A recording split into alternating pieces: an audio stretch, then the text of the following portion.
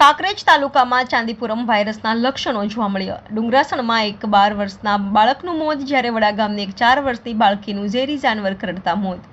પ્રાપ્ત વિગત અનુસાર કાંકરેજ તાલુકાના ડુંગરાસણ ગામના 12 વર્ષીય કિશનજી વેલાજી ઠાકોરનું ચાંદીપુરમ વાયરસની અસર થતાં સારવાર અર્થે થરા ખાતે આવેલ સરકારી હોસ્પિટલમાં ખસેડવામાં આવ્યો હતો, જેમાં ચાંદીપુરમ વાયરસના વધુ લક્ષણો જોવા મળ્યા હતા. ત્યારે વધુ સારવાર અર્થે પાટણ ખાતે આવેલ ધારપુર મેડિકલ ખાતે રિફર કરવામાં આવ્યો હતો, જેમાં 21/7/2024ના રોજ મોત થયું હતું.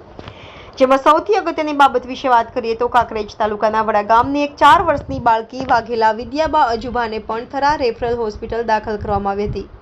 ત્યારે હવે એનું પણ શંકાસ્પદ મોત થયું હતું, જેમાં તેના નમૂના લઈને લેબમાં મોકલી આપવામાં આવ્યા હોવાનું તંત્રના અધિકારીઓ દ્વારા જણાવ્યું છે.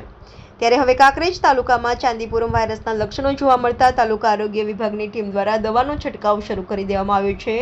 ત્યારે હવે આવા ખતરનાક વાયરસને પગલે તંત્ર એલર્ટ થઈને યુદ્ધના ધોરણે સર્વેની કામગીરી હાથ ધરી છે.